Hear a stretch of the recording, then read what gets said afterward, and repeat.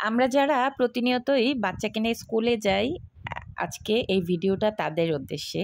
আমার বাচ্চার স্কুলের এক ভাবির সাথে আমার ইদানিং খুব ভালো একটা সম্পর্ক হয়েছে। তো হঠাৎ করে ভাবি ফোন দিয়ে আমাকে বলল, "ভাবি, আমার শাশুড়ির শারীরিক অবস্থা খুব খারাপ হয়ে যাচ্ছে দুপুরের পর থেকে। যদি পারেন আমাকে মানে একটা টাকার অ্যামাউন্ট বলল, এটা ধার দেন। আপনার ভাই 10 তারিখে বেতন পেলে আমি 11 তারিখ দিয়ে দিব।" তো সাথে বলে উঠল, "ভাবি, অ্যাকচুয়ালি আমি একজনের কাছ থেকে টাকা পাবো ভেবে বিকাশের দোকানে আসছি, কিন্তু সে টাকাটা দিতেছে না। তো সেজন্য আপনাকে আপন ভেবে এক প্রকার বাধ্য হয়ে আপনার কাছে টাকাটা চাইলাম।" তো মুঠোফোনে সালাম দেওয়ার পর যখন সুমি ভাবির কাছ থেকে এই কথাগুলো শুনলাম, সাথে ওনার শাশুড়ির প্রতি এমন অনুভূতি দেখে অদ্ভুত ভালো লাগা আমার তৈরি হলো। তো খাবার অর্ধেক না খেয়ে সঙ্গে সঙ্গে উঠে বোরখাটা পরে ওনার জন্য নিচে যাই বিকাশ করতে। এমন শাশুড়ি প্রীতি আমার খুব ভালো লেগেছে ওনার এই কথাটা শুনে।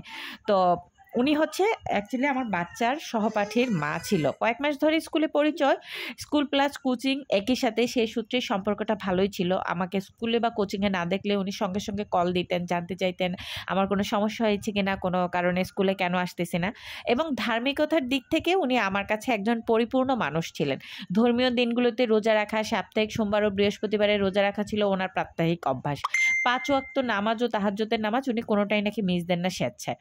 ভালোই লাগতো ওনার কথাগুলো শুনে। তার চেয়ে বেশি ভালো লাগতো ওনার শাশুড়ির প্রশংসা শুনে। উনি স্কুলে থাকা অবস্থায় শাশুড়ি দুপুরের স্পেশাল খাবার তৈরি করে, বিকালে নাস্তা ও রাতের খাবার সব তৈরি করে রাখতেন। বউ শাশুড়ি নয়, ওনারা যেন মা মেয়ের মতো এরকমভাবেই থাকতেন। তো আমি টাকা দেওয়ার পর ওনার শাশুড়ির প্রয়োজনীয় মেডিসিন ও ডাক্তার দেখিয়ে আসে। সুস্থতা অনুভব করার পর আমাকে বারবার কৃতজ্ঞতা জানায়। তারপর 2 দিন স্কুলে দেখার পরও যেন ওনার কৃতজ্ঞতার সমাপ্তি ঘটে না। এর মধ্যে স্কুল বন্ধের ঘোষণা দিয়ে দিল। তো আমাদের দেখা হবে না বলে আপত্তি নেই, কিংবা টাকা ফেরত পাওয়ার ব্যাপারেও আমার কোনো সংকোচ নেই। উনি তো প্রায় রেগুলার আমার সাথে যোগাযোগ করছে। সবচেয়ে বড় কথা হলো ওনার ধার্মিকতা। আমি কখনো ভাবতে পারি নাই উনি আমার সাথে কোনো ধরনের প্রতারণা করবে। কিন্তু আসলে আমার ধারণা ছিল ভুল। 11 তারিখে টাকা দেওয়ার কথা থাকলেও উনি আমাকে টাকা দেয় নাই। 3-4 দিন পর আমি ওনাকে কল দেই, রিং হয়, কিন্তু উনি আর আমার ফোনটা রিসিভ করছিলেন না। আমি ভাবছিলাম উনি হয়তো ব্যস্ত আছে, ফ্রি হয়ে আমাকে কল দেবে। তার হলো না। ওনার সব নাম্বারে কল দেওয়ার পর বুঝলাম উনি আমাকে ব্লক করে রেখেছেন। একসময় সিমও পরিবর্তন করে ফেললেন। নির্দিষ্ট সময়ে স্কুল খোলার পর আমরা যখন স্কুলে গেলাম, 2 সপ্তাহ উনি স্কুল খোলার পরে আমি একটু অসুস্থ ছিলাম, প্রায় সপ্তাহখানেক আমি স্কুলে যেতে পারিনি বাচ্চাকে নিয়ে। পরবর্তীতে যখন স্কুলে যাই, অন্যান্য ভাবিদের কাছে ওনার খবর জানতে চাইলে আরেক ভাবি বলে উঠল, "আপনিও কি ওনাকে টাকা ধার দিয়ে বিপদে পড়েছেন?" আমরা দুজন ওনার প্রতারণার শিকার হয়েছি। কে জানে আর কে কে এমন আছে। উনি বাচ্চাকে স্কুল থেকে অন্য স্কুলে নিয়ে গেছেন। আমার পক্ষ থেকে আমার ব্যাপারটা আর প্রকাশ করিনি যে আমি ওনাকে টাকা দিছি, উনি আর এখন আমাকে ফোন ধরেনি। আমি জাস্ট ওনার কথাগুলো শুনেছি। হঠাৎ মনে পড়ছিল উনি একদিন বলেছিল ওনার মেয়েকে বেশ কয়েকবার স্কুল পরিবর্তন করতে হয়েছে।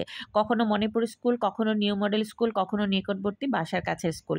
কে যেন হয়তো উনি এভাবেই সবাইকে প্রতারিত করতেন।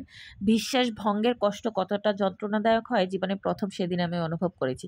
ওনাকে সম্পূর্ণ টাকা ধার দিতে গিয়ে সেদিন আমার পূর্বে জমানো উপহার স্বরূপ পাওনা কিছু টাকা ছিল, সেগুলো আমি ওনাকে দিয়ে দিয়েছিলাম। কিছুটা খারাপ লাগলেও ভালো লাগা ছিল, উনি তো কল্যাণময় কাজের জন্য ধার নিয়েছেন কয়েকদিনের জন্য। জানি না অবশেষে কতটা কল্যাণময় কাজে তিনি টাকাটা ব্যয় করেছেন। সেদিন আমার এক প্রকার শূন্য হয়ে গিয়েছিলাম টাকা ধার দিতে গিয়ে। কিন্তু আমার মহান করুণাময় আল্লাহ আমাকে পরবর্তীতে যেভাবে রেখেছেন বা রাখছেন এখন পর্যন্ত, তার জন্য আলহামদুলিল্লাহ। এরকম ঘটনা আমাদের মধ্যে অনেকেই অহরহ হয়। তো সবাই একটু সতর্ক থাকবেন। বাচ্চাদের স্কুলে আমাদের হয়তো অনেক ফ্রেন্ডশিপ তৈরি হয়ে যায়। বাচ্চারা যেমন নতুন নতুন ফ্রেন্ড তৈরি করতে পারে, আমরা গার্ডিয়ানদেরও কিন্তু অনেক ফ্রেন্ড তৈরি হয়। সো বন্ধু নির্বাচনের ক্ষেত্রে আসলে একটু সবটুকু ভেবে চিন্তে তারপরেই আসলে বন্ধু নির্বাচন করাটা উচিত।